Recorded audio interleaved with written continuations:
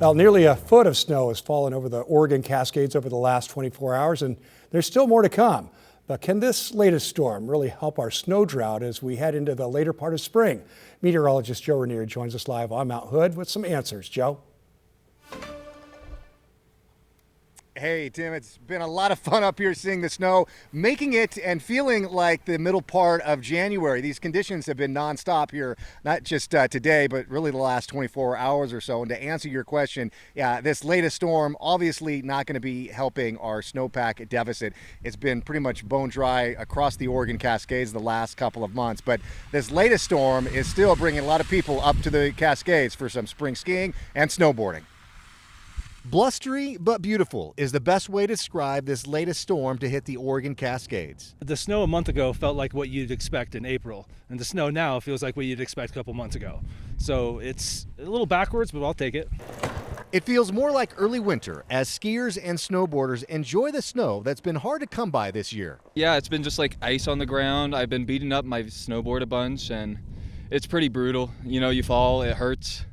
Today it was the exact opposite. It was like butter. You know, I fell once and it was just soft as a pillow. That powdery snow made it easier to break George Snyder's fall, who tried his shot at snowboarding for the first time. All the fresh snow made it for a much more comfortable landing on my way down because I did fall more often than I did anything else. Aaron Philbeck has spent this year getting a taste of all the major ski resorts in the Pacific Northwest. I got a season pass at Snoqualmie, and that didn't really pan out, so I've just been traveling to Baker, to here.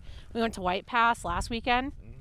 Yeah, it's been great. The skiing might be great news, but the snowpack has been rough. Across the state, we're still about 12% of normal, so it's still a snow drought across the whole state right now, which was due to warmer than normal temperatures that were persistent during the winter. Jason Ward, who's a hydrologist with the Oregon Snow Survey, says it's too late in the season to make a difference. It's good for spring skiing perhaps briefly, but it's not going to really translate to big water supply relief. We needed a sustained period of these types of events really to get recovery from a snow drought perspective. Just like we saw this past winter, conditions like this won't be sticking around to help with our water supply. There's still a lot to play out still in terms of that, so it depends on spring precip.